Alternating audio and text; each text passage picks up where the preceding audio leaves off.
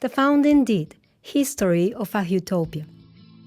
The creation of our university is part of a singular, invaluable legacy. It is the second private university in Peru and was founded in 1961 with the name Universidad Peruana de Ciencias Médicas y Biológicas. The birth of the Universidad Peruana Cayetano Heredia was sui generis and, as far as is known, unique in its origin, its nature, and its materialization. An internal struggle over different ways of conceiving and carrying out the essential missions of the university and its administration as an academic entity took place over the course of several years inside the San Fernando Faculty of Medicine at Universidad Nacional Mayor de San Marcos. Our university was born out of the massive resignation of practically the entire teaching staff of San Fernando, supported by a highly determined minority of its students. In 1959, the Parliament of the Republic discussed the bill of the University Act, which included some of the postulates of the university reform, particularly that of the co-government of the Student Senate in all public universities. But Article 34 explicitly stated that the representation of professors and students in the government of faculties of medicine, given the nature of their studies, should be ruled according to their own regulations.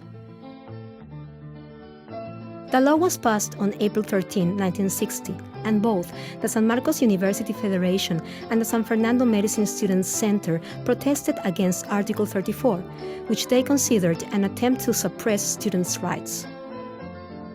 On May 25, the University Council agreed then to request that San Fernando incorporate the Student Senate. The Student Center went as far as to demand the resignation of the then Dean of San Fernando, Dr. Alberto Hurtado. The teaching staff at San Fernando rallied around him in opposition to the politicization of medical education. A tense and agitated time followed, abundant in suspension of lectures, assemblies, street manifestations, successive strikes, physical aggression, intimidations, and detentions. The newspapers of the time covered the events profusely. On July 4, 1961, the Rector's Office of San Marcos called a plenary meeting to be held in the Paranymph of San Fernando to announce the repeal of Article 34. The Faculty of Medicine decided not to attend, but a young professor, Dr. Leopoldo Quiapo, spoke out clearly and courageously. I bring a discrepant voice to this meeting, because what I have to say here I will repeat elsewhere. I speak out of duty to my moral conscience, so that tomorrow I may look my students in the eyes. But Article 34 was repealed on that day. In the face of these events, the authorities of San Fernando Faculty Council made the resignation official on July 6, 1961. Professors of all categories joined, including those who worked full-time exclusively at the faculty. Within a few short days, over 400 professors had signed their resignation. On July 25, 1961, Dr. Víctor Alzamora Castro, Dr. Hernán Torres, Dr. Jorge Boto Bernales, and Dr. Fernando Porturas Plaza presented a motion to constitute the Cayetano Heredia Teachers Medical Union, which groups together all the professors of San Fernando who unwaveringly maintain their ideals of an authentic university reform. The motion was approved to great applause by the teaching staff, and they elected Professor Honorio Delgado as their president, offering their teaching services to the public for the serious and responsible teaching of medicine. That same night, Dr. Víctor Alzamora Castro, the main proponent of this motion, passed away as a result of a heart attack, a dramatic demonstration of the tension and conflicting feelings of the resigning professors.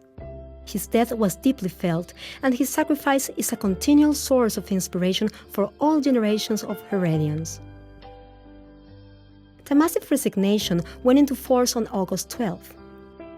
Around one-third of the student body of San Fernando had backed their professors from the very beginning, suffering aggression and hostility by the more politicized groups inside the university. When their teachers resigned, 119 students signed a public declaration of adhesion. Their firm support and impassioned defense did certainly play an important role in the founding act. The resigning professors had to start from scratch and needed urgently to obtain funds. Many of them had worked full-time and exclusively. They had given up their only source of income. A group of students, led by Patricio Sabogal, Gustavo Sánchez Checa, Alfonso Montañe, Jorge Galarza, and others, entered a very popular television show, Scala Regala, in hope of contributing to the newly formed Teachers' Medical Union. On the show, contestants received a prize of 20,000 soles if they completed 4 tasks in a week, and only 5,000 for 3 tasks. The tasks assigned to them were: first, to obtain donations for at least 1 million soles; second, to cut a 5-centimeter long hair from one end to the other on camera; third, to project a movie showing a heart operation. Heart surgery was then an impressive achievement, only recently introduced to Peru. And fourth, to find a polyglot able to translate into 7 languages a phrase to be revealed live on the air. The students sought out conversations with entrepreneurs, directors, philanthropists, and wealthy private individuals in an attempt to convince them to support an illusion, a utopia. When they performed the final tally, they found that they had obtained over 2 million soles and a piece of land in La Molina valued at nearly 500,000 soles. The first task was completed, well beyond the requirements. The day of the program, August 31 of 1961, Alfonso Montañe Vidal successfully split a hair lengthwise on camera after having practiced the whole week. Dr. Carlos Pesquiera, professor of chest surgery, presented an open heart operation, and thus the third task was also completed. The fourth task could not be completed, since the person selected was only able to translate the phrase into 6 languages and not the 7 required. The prize from the contest added 5,000 soles to the 2 million obtained for the first task. On September 22, 1961, the functioning of the Universidad Peruana de Ciencias Médicas y Biológicas was authorized by a supreme executive order. Donations received from Peru and abroad made it possible, several months later, to rent a large locale in Midtown Lima. In March 1962, Dr. Honorio Delgado was elected rector of the new university, and Dr. Alberto Hurtado, dean of the Faculty of Medicine. Dr. Leopoldo Quiapo was made coordinator of the pre-medical section in the Faculty of Humanities and Biological Sciences. After the first entry exam, students started classes in May 1962, just 10 months after the resignation. During the official inauguration, Honorio Delgado and Alberto Hurtado were given a long, heartfelt ovation. Their speeches were constantly interrupted by applause. Thus, reality proved that ideals are not merely wishful thinking, but goals that may be achieved through dedication, courage, and faith. The loyalty of the students from San Fernando who transferred to the new university was complemented by the trust of those from different cities and countries who had followed the events as they unfolded and came to Lima to be founding students of Cayetano Heredia, a university that arose from conflicts that appeared unresolvable at the time, but also a deposit of solid ideals and great hopes. 2 years after beginning their work, a group of 18 professors and 3 students decided to draft text that gave form to that wide range of ideas and actions that culminated with the foundation of the university. Mariano Querol, Leopoldo Quiapo, and Ramiro Castro de la Mata coined the term university renewal, not in opposition to the historic reform, but rather as an attempt to specify exactly what the Universidad Peruana Cayetano Heredia sought to represent. A movement from inside the institution itself. An examination, dispassionate where possible, and certain of its strengths and weaknesses. And a clear exposition of the basic ideas that shaped the new university. A small volume entitled Fundamental Approaches of University Renewal saw the light in 1967, as a result of this devoted self-examination.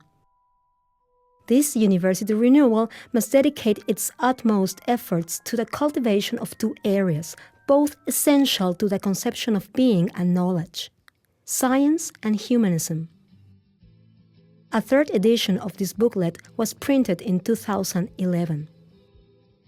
The doctrinary concept of the university renewal and the renewal itself appeared as a response to the perception of prevailing arbitrariness and chaos in the Peruvian universities of the 50s and 60s, but were not a blind pronouncement or one bound to an agenda, as was the custom in the institutions whose reality it was attempting to change. The university renewal, Cayetano Heredia itself, recognized the value of the ideas of reform and salvaged them with declarations and actions carried out in the name of a different idea of university.